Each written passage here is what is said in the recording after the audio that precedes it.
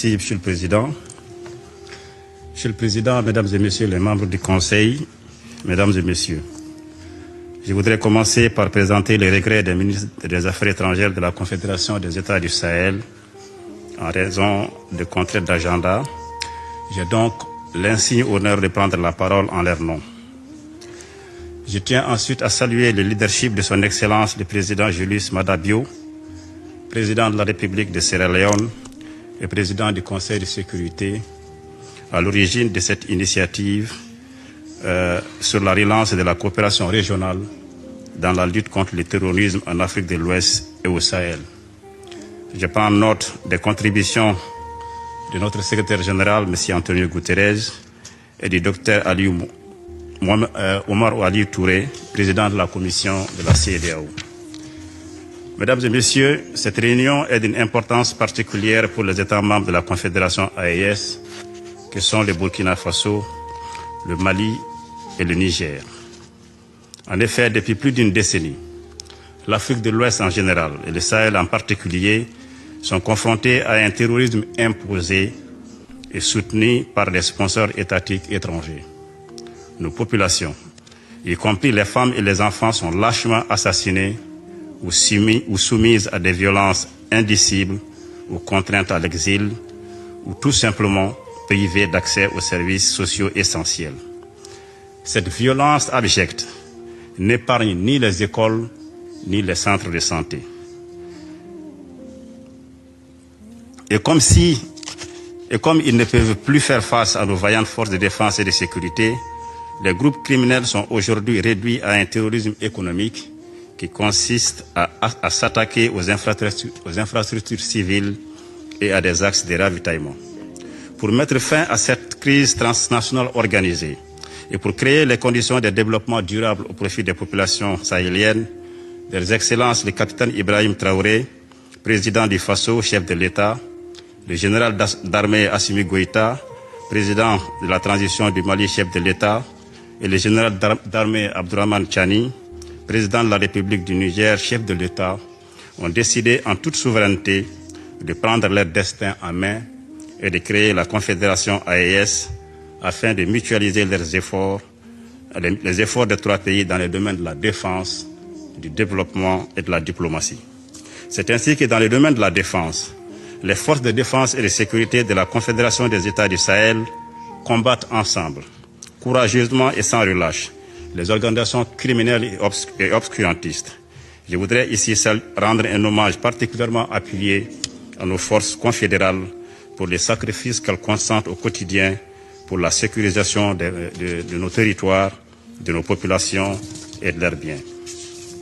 Cependant, je tiens à souligner que la lutte contre le terrorisme est et doit rester une lutte régionale et internationale, notamment dans le contexte de l'expansion de la menace terroriste en Afrique de l'Ouest et ailleurs.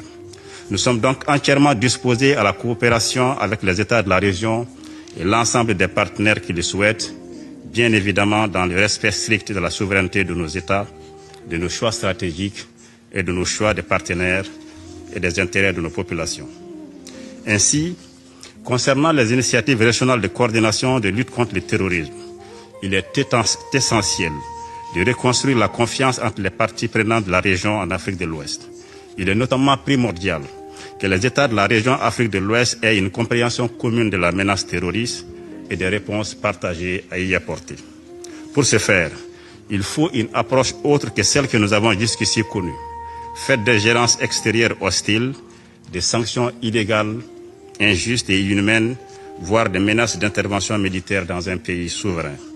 La nouvelle approche doit privilégier une approche constructive entre les acteurs régionaux concernés. C'est un préalable à toute initiative de coopération et de coordination régionale dans la lutte contre le terrorisme dans notre espace commun, en particulier dans le cadre du partage des renseignements.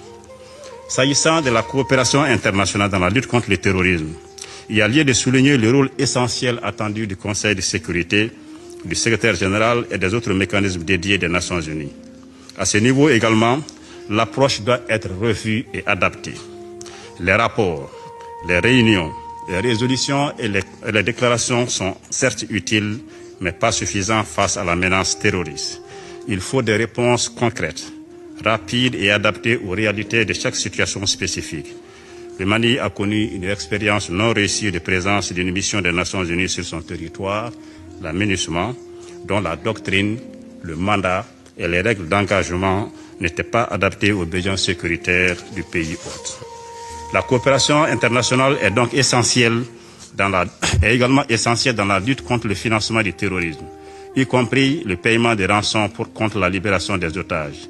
Elle est également nécessaire à la mobilisation des ressources pour venir en aide aux populations victimes du terrorisme, notamment les réfugiés et les déplacés internes. À cet égard, je suis particulièrement préoccupé du niveau très insuffisant de mobilisation de l'aide humanitaire nécessaire pour le Sahel, à peine 14% des besoins humanitaires.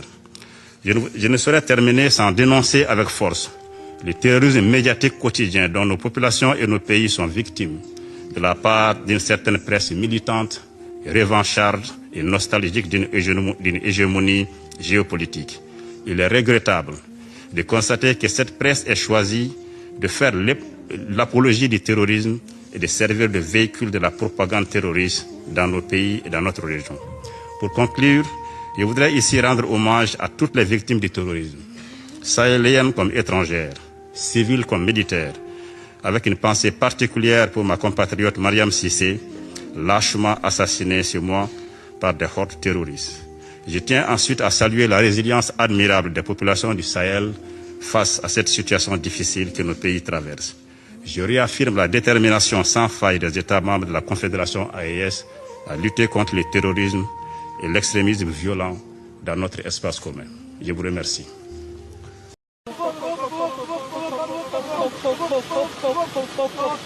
À défaut d'avoir suffisamment de munitions, les militaires maliens ont de l'imagination.